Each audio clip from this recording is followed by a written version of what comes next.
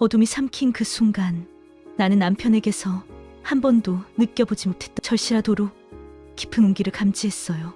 그것은 메마른 내 심장의 가장 깊은 곳, 수십 년간 채워지지 않았던 갈증을 건드리는 낯선 본능이었죠. 그 손길은 내가 스스로도 잊고 살았던 유진이라는 존재를 억지로 일깨우는 듯했습니다. 나는 그 품속에서 모든 이성을 놓아버렸고 그저 온전히 의지하려 했어요.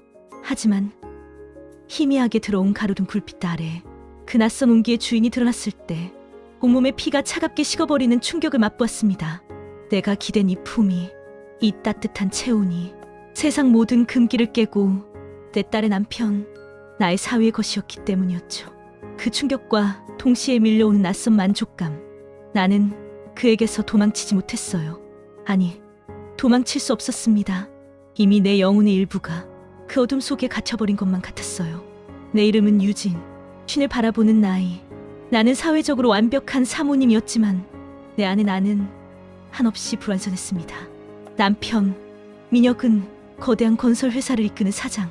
그는 밖에서는 명망 높은 인물이었지만 제 안에서의 그는 왕이었습니다. 내가 무슨 생각을 하는지, 무슨 감정을 느끼는지는 그의 관심사가 아니었어요.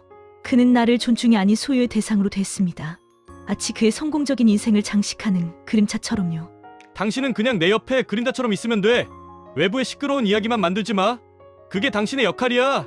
그의 말은 내 존재 자체를 지워버린 주문이었고 그럴 때마다 내 영혼은 한 겹씩 벗겨지는 듯한 고통을 느꼈습니다. 나는 완벽한 가정을 이루었음에도 집이라는 감옥 속에서 영원히 메말라가는 사막의 식물 같았어요. 마흔을 넘어선 후 찾아온 이 고독은 겉으로 드러낼 수 없었기에 더욱 끈질긴 허기와 같았습니다. 나 자신을 있는 그대로 이해하고 공감해줄 누군가를 향한 끓어오르는 치명적인 갈망이었죠. 나는 밤마다 창밖의 어둠을 보며 나만의 비밀스러운 탈출구를 꿈꾸곤 했습니다. 그 갈망은 내 심장을 끊임없이 두드리는 불안한 리듬이 되었어요. 나는 그 리듬을 멈출 수가 없었습니다. 그날은 늦가을, 폭풍우가 도시를 집어삼키는 밤이었어요.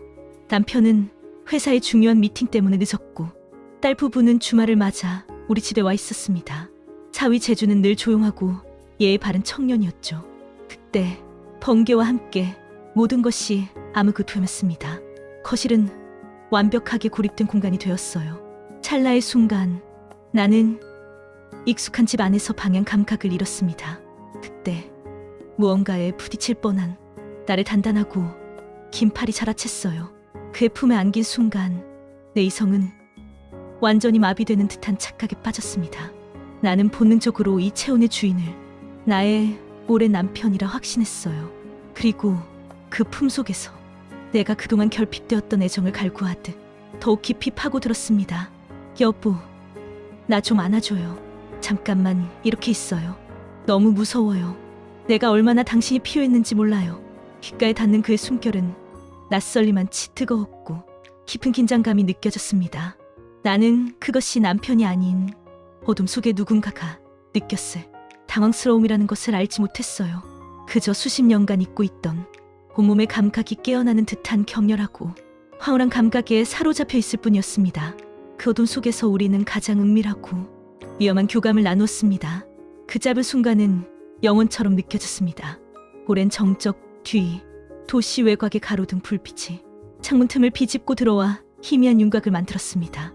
내가 안겨있던 사람의 얼굴이 그 흐릿한 빛 아래 천천히 드러났어요. 채준, 나의 사위, 나의 딸이 사랑하는 남자. 내가 그토록 간절히 기대었던 온기와 낯선 기시감으로 나를 관통했던 그 감각이 금기의 상대에게서 비롯된 것이었음을 깨달은 순간이었죠. 온몸의 세포 하나하나가 경하고 떨렸습니다. 하지만 그 충격 뒤에 이상하리만치 평온한 만족감이 밀려왔어요. 오랫동안 잠자고 있던 내 영혼이 드디어 갈증을 해소했다는 듯한 치명적이고 비극적인 만족감이었죠. 나는 그의 품에서 도망치는 대신 그에게서 등을 돌려 침묵했습니다. 침묵이야말로 우리의 새로운 비밀이었습니다. 며칠 후 남편은 예상치 못한 소식을 전했습니다. 회사의 대규모 유럽 프로젝트 때문에 최소 1년 6개월간 본사와 멀리 떨어진 지사에 상주해야 한다는 것이었어요. 그는 나의 안녕이나 감정 상태는 물어보지도 않았습니다. 당신이 올 필요는 없어. 이 집은 비워두지 말고 자네들이 좀 봐주게. 재준 사위, 자네가 미술사학 전공이니 이 넓은 집에 있는 미술품들 관리도 좀 하고. 남편은 나의 결핍을 전혀 알지 못한 채 오히려 우리 두 사람을 같은 공간에 영구히 묶어두는 환경을 스스로 조성했습니다. 사위 재주는 잠시 머뭇거렸지만 다른 기뻐하며 시댁으로 이사 올 준비를 했어요. 그렇게 남편의 장기 부재가 확정되었습니다. 거대한 집은 고요해졌고 나는 이제 장모로서의 역할과 그날 밤 이후 시작된 또 다른 관계 사이를 위태롭게 오가야 했습니다. 외부는 완벽한 동거였지만 내면은 지독하고 끈질긴 비밀이었습니다.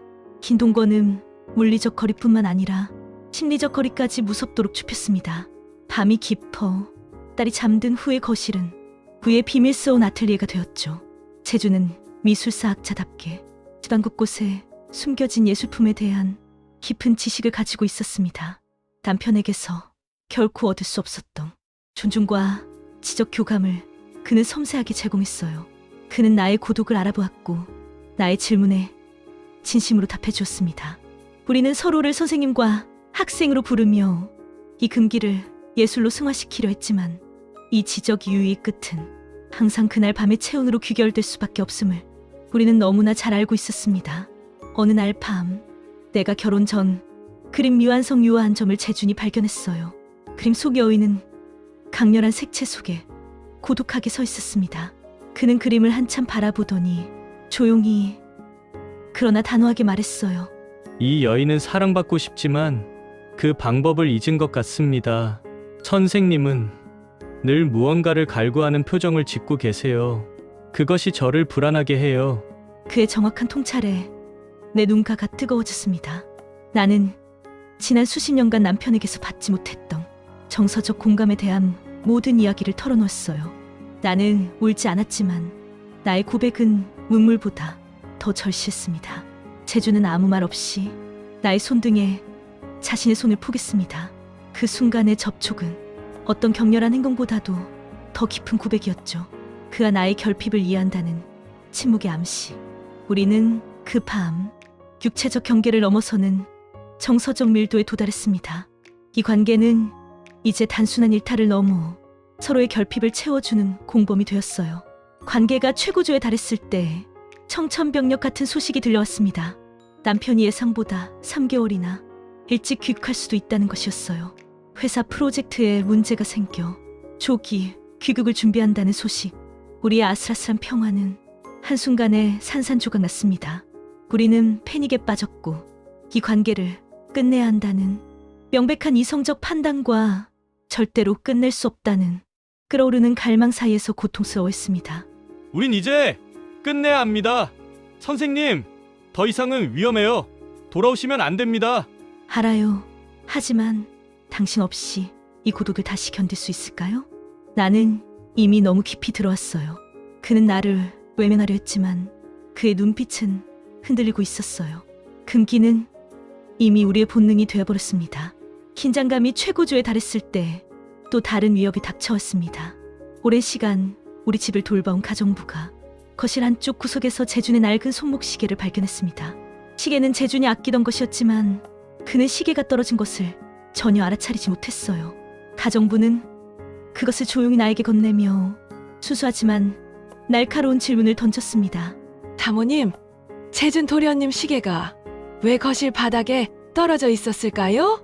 딸 도련님은 며칠째 친정에 가 계시는데 밤에 손님이라도 오셨나요?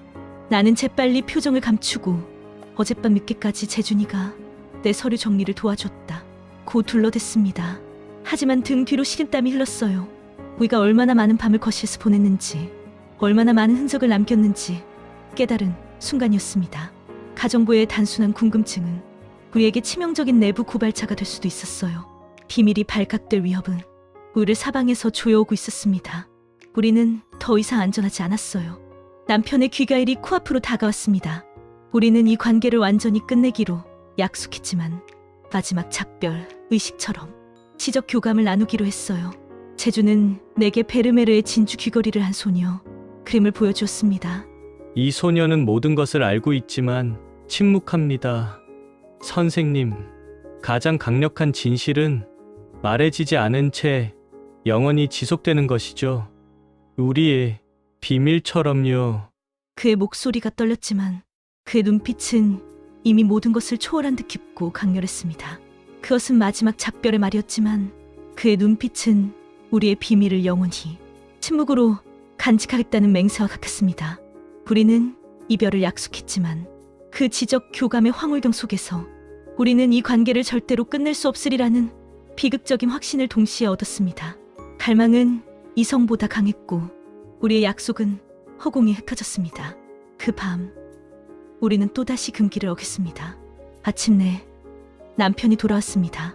모든 것이 원래의 자리로 표면적인 질서 속으로 돌아갔어요.